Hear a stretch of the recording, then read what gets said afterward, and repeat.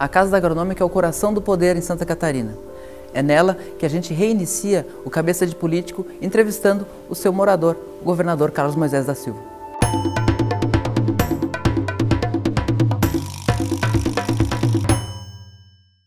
Governador, a gente está aqui na Casa da Agronômica. Quero agradecer por a sua disposição de a gente abrir essa nova temporada do Cabeça de Político aqui no coração do poder de Santa Catarina e que voltou para a pauta recentemente os gastos envolvendo Casa da Agronômica e Casa da Vice-Governadora. Isso lhe preocupa, esse tema? Eu que agradeço a oportunidade de estar reabrindo aí as exibições do programa. Não, essa foi sempre a agenda nossa e nós já tomamos algumas medidas em relação, por exemplo, à Casa da Agronômica. Cortamos os contratos para 50%, né, de vários itens, cozinheiro, tinha 4, foi para 2, copeiro, enfim. Cortamos também na área externa, na manutenção. O que acontece é que os contratos, eles como foram mal redigidos, o corte de pessoal não redundou em corte de despesa. Então, a gente está refazendo esses contratos agora junto à Secretaria de Administração, como diz o secretário, cada enxadada é uma minhoca nova que a gente encontra, né? Essa foi mais uma. A gente imaginou que estava cortando e não conseguiu cortar efetivamente. Reduzimos despesas assim, de consumo aqui. A casa é utilizada ou para a residência do governador ou para gabinete, né, para despachar, ou eventualmente para receber autoridades quando é essencialmente necessário recebê-las aqui. Bom, mas complementando essa resposta, eu queria dizer o seguinte: preocupação do governo, reduzir custos, né? Nós mexemos com contratos, esse orçamento aqui me parece que ele está previsto, né? Não que significa que se vai gastar R$1 milhão de orçamento da casa anual. Nós reduzimos isso por mês em vários contratos do Estado, é bom que se diga. Na saúde nós compramos de 24 milhões, baixamos para 12, a compra da mesma quantidade de oxigênio. Telefonia em todo o Estado, 980 mil por mês para 250 mil por mês. São vários contratos que nós estamos que são de repercussão muito mais intensa financeiramente. Então, esse é um problema que a gente vai ter que gestá-lo, mas não é o meu principal problema. E a Casa da Vice? Então, a casa, eu penso que... Não é da Vice, do vice-governador. Destinada ao vice-governador. Eu penso que ela está na área continental, talvez ela não seja o melhor equipamento, né, para dispor a vice-governadora. A gente já estudou até a possibilidade, inclusive, de fazer qualquer movimento de alienação ou de ter um imóvel funcional, como um apartamento funcional. Porém, esse assunto não veio à baila ainda, não veio a debate. Por quê? Porque tem um decreto meu que fala de que qualquer alienação, qualquer movimento com próprios do Estado está suspenso até que a Secretaria de Administração faça o levantamento de todos os próprios do Estado. Então, tão logo isso se conclua, a previsão era 30 de junho, e depois ficou para julho, e agora eu acredito que até setembro o secretário Tasca me levanta. O descontrole do que o Estado tem é tão grande que nós não conseguimos fechar essa conta ainda. Nós temos que fazer investigação para saber o que o Estado tem.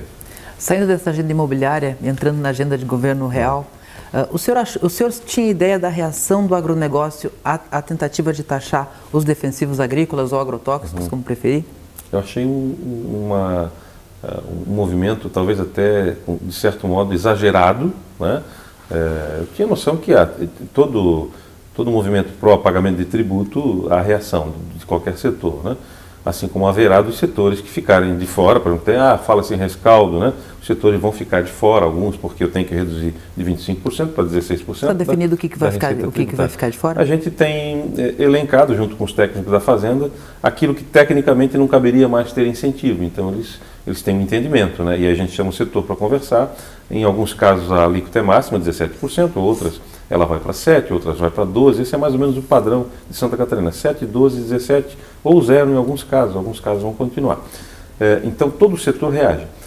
Do agro, eu achei que houve digamos assim, uma espécie de um volume maior, né, de manifestações do que o natural, e também o impacto que efetivamente essa distorção que está sendo corrigida, né, pela medida provisória provocaria em termos de tributo efetivamente, refletindo no preço dos produtos, também se tornou exagerada nas manifestações em geral. Nós temos cálculo da SIDASC que falam de 0,4% a 1,5% até 1,5% no preço final dos produtos atingidos pela revisão desse incentivo fiscal especificamente do agro. E o senhor acha que essa solução encontrada da MP isentando até o final do ano e depois uma transição, uma regra escalonada pela toxicidade isso. O senhor acha que tem condições de emplacar isso no parlamento? Eu acho esse modelo bom. Não vou dizer que ele é perfeito, mas eu acho ele muito bom. Também nem todos precisam concordar com o Estado, né, de que deve ser assim ou assado, ou que a gente tem razão. Uma das necessidades do Estado é estabelecer política tributária. Essa política tributária ela é rejeitada pela maioria das pessoas que vão ter que serão atingidas pelo recolhimento do tributo. Penso que escalonar em grau de toxicidade, né, aqueles que causam mais impacto às pessoas, né, ao agricultor, a minha grande preocupação também tem a ver com quem consome. Em segundo lugar, com quem manipula esse produto, que é o agricultor. Eu penso que é a defesa da mulher e do homem do campo. E também vem a água e a terra. Nós precisamos defender a água e a terra. Nós temos mais de 350 notificações de bebês de colo, que usam fralda, que não laboram na lavoura por intoxicação com agrotóxico, levada pelo ar no Brasil. Então tem muita informação que a gente precisa passar a discutir e ver a relevância que é esse debate. Esse debate não pode ser raso, como a mídia em geral tornou, um debate muito raso. Você não ficou na contramão do governo federal que está liberando agrotóxicos mais tóxicos do que o que a gente já usava aqui no Brasil? Eu penso que eu tenho que estar na mão das convicções do governo de Santa Catarina, pelo bem dos catarinenses. Então, quando eu percebo que tem agrotóxicos que são permitidos 5.000 vezes mais para aparecerem, por exemplo, nas análises da água ou de algum alimento do que na Europa, isso me chama a atenção. Porque que lá é 5.000 vezes menos permitido, né, a quantidade permissível, né, de se encontrar. Então, nós temos que debater o assunto. Penso que o debate não pode ser raso, não pode se tratar de alinhamento ou não com o presidente. Aliás, quando nós começamos esse movimento aqui, no mesmo dia que nós falamos desse assunto, a ministra Tereza Cristina anunciou um programa do Ministério do MAPA, do Ministério da Agricultura e Pecuária, para incentivar os bioinsumos, ou seja, os insumos que não são sintéticos, todos aqueles naturais para o trabalho na lavoura. Como é que o senhor avalia uma cobrança de parte do PSL de que o senhor fosse mais parecido com o Bolsonaro nas posições, mais radicais nas posições, e também a curiosidade até da imprensa nacional que isso desperta o fato de o senhor não ser tão parecido com o jeito Bolsonaro de ser? Então, nós fizemos um movimento aqui pró-Amazônia. Assim que eu defini, o governo vai colocar à disposição, tão logo os governadores chamem, bombeiros militares, etc., para combater o incêndio. A minha rede social, ela foi atacada, né, por isso que você diria talvez que fosse uma base, que eu não acredito que é a base, acho que é um grupo mais radical, atacou essa ação do governo do Estado. No dia seguinte, a ministra Damares anunciou o apoio apresentado ao governo federal com índios, né, de todo o Brasil que estavam se voluntariando para ir combater incêndio. Eu falei, olha, se eles podem mandar índio, eu posso mandar bombeiros, né?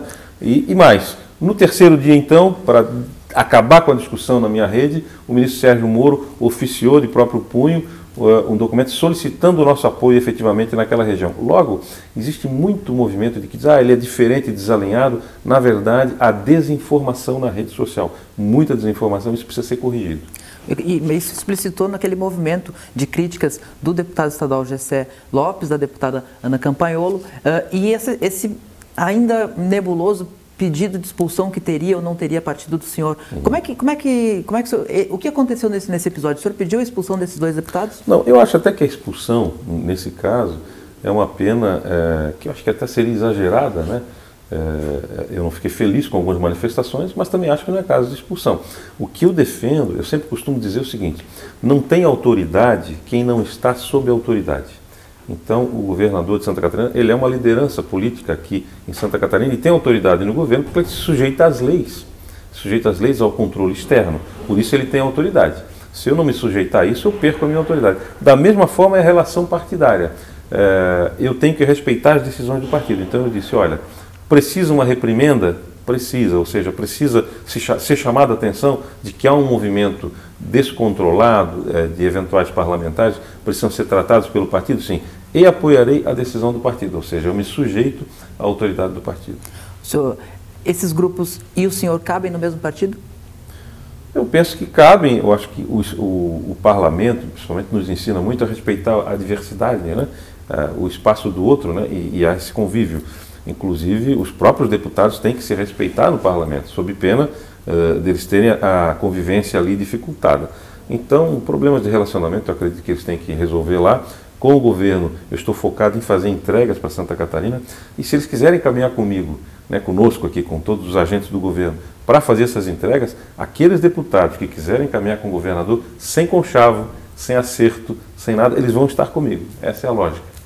Mudando um pouco de assunto, o senhor vai ter a honra de entregar a ponte Hercílio Luz de volta para os catarinenses, se tudo der certo até o final do ano. Mas, mesmo com a obra no final, mesmo com tudo se encaminhando para essa resolução, ainda existem muitas críticas à ponte, ainda há gente que acredita que ela deve ser demolida, apesar de estar quase pronta a obra. Como reconciliar Hercílio Luz e os catarinenses? A ponte, ela tem um Twitter, né? De vez em quando esse Twitter fala comigo e eu falo com ela. É muito bom esse papo, né? Então, talvez quem nos assiste aqui pode também estar perguntando lá para a ponte: o que você acha de você ser destruída agora no final, né, da obra? Ela vai dizer: não, me mantém aqui que eu estou quase pronta, sou uma noiva bem, né, bem preparada para esse reencontro, né, com o seu noivo, né, que seria todo o povo de Santa Catarina, que preza por esse patrimônio histórico e também que vai interferir na mobilidade dos catarinenses. Eu penso que a gente tem que olhar para frente.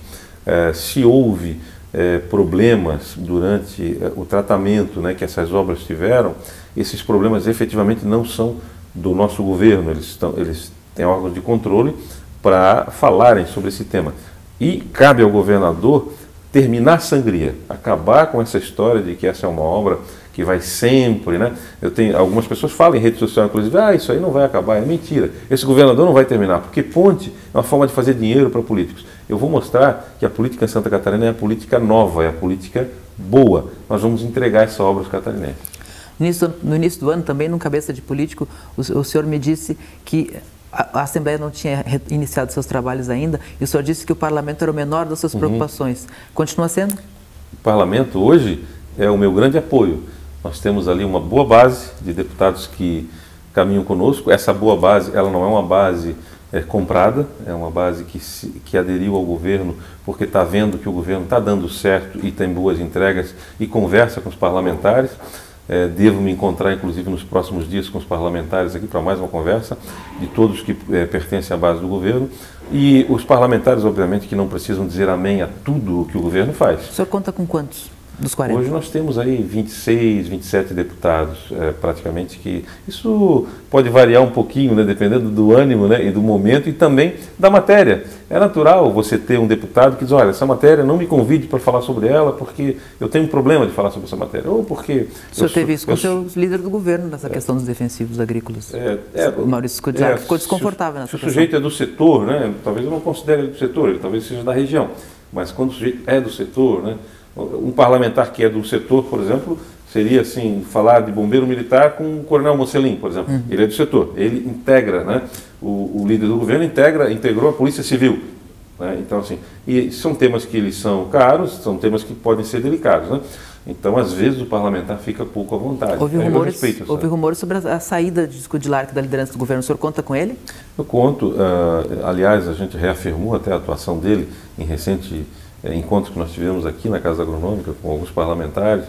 Ele veio aqui. Eu entendo que nem todos os movimentos são calculados, então alguma coisa escapa ao controle de uma liderança, mas penso que a gente pode construir... O senhor está satisfeito com a atuação do deputado Maurício? Eu penso... nós temos a seguinte prática: ninguém seria líder do governo por 4 anos, isso já foi definido lá atrás, né? Então é bom que você saiba que se fim do ano trocar, não houve novidade, isso já faz parte do acordo, né?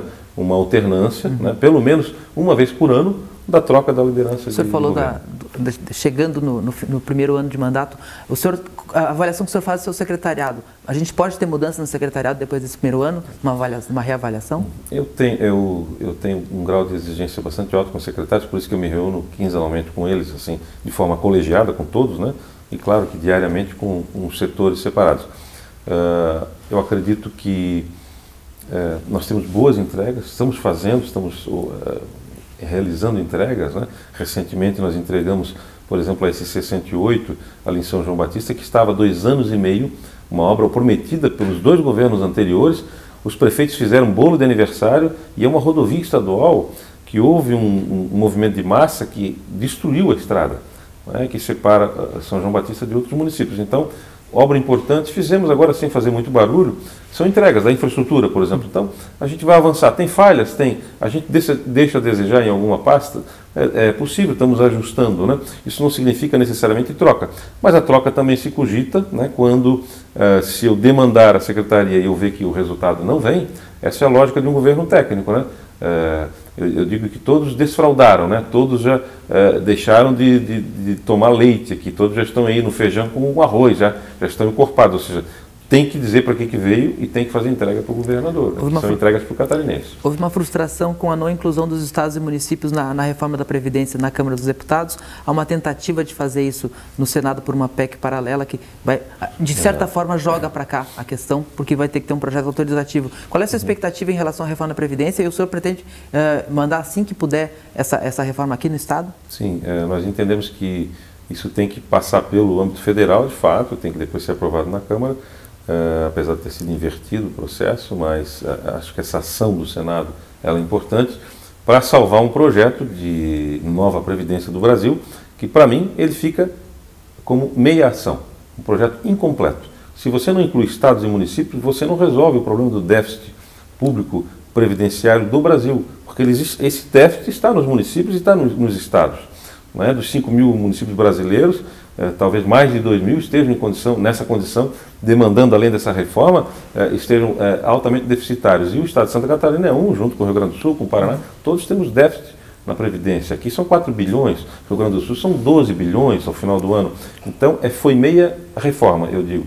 Essa reforma tem que ser defendida por todos os catarinenses, por todos os brasileiros, por todos os parlamentares. Um dos pontos polêmicos deve ser a questão das carreiras militares, que é a sua origem. O senhor se sente confortável para fazer esse debate? Sim, a gente já alinhou. Eu entendo que a condição do militar é uma condição de reserva, não de aposentadoria necessariamente. Tanto que a gente tem projetos, inclusive, para melhorar a contratação do militar que vai para a reserva, para estimulá-lo a manter-se na atividade, ou, se passado para a reserva, ele continuar trabalhando com alguma compensação financeira que não impacte na Previdência. A gente entende paridade e integralidade para os militares estaduais. A questão da idade, naturalmente, vai ser revista, né, para todas as carreiras, já foi revista para os militares federais, isso não há problema, mas para os militares estaduais nós defendemos integralidade e paridade, né, entre ativa e reserva. Para encerrar, governador, questão da folha, como é que está hoje a expectativa para contratações em várias áreas que há represamento, necessidade de contratação de profissionais, que está represado pela questão da folha? Há uma expectativa de abertura? Nós ainda não temos aqui, talvez abra-se uma pequena janela, mas nós estamos dentro do limite prudencial. Essa é uma questão que varia muito, até pelo crescimento vegetativo da folha. Nós conseguimos chamar agora da área de segurança pública, chamamos aí policiais civis, pessoal do IGP, policiais militares e bombeiros militares. Esses quadros a gente chamou de todas as áreas da segurança pública, que é a única área que nos permite, enquanto a gente está no limite prudencial, fazer chamamento, ou para repor efetivos, ou para complementar as vagas, né, que ficaram abertas. Nas outras áreas a gente vai ter que esperar até que esse quadro se modifique. Governador, muito obrigado pela sua segunda participação no Cabeça de Político, obrigado por ser o anfitrião dessa retomada do projeto. Até uma próxima. Muito obrigado a você, é sempre um prazer estar falando contigo, cara. Obrigado.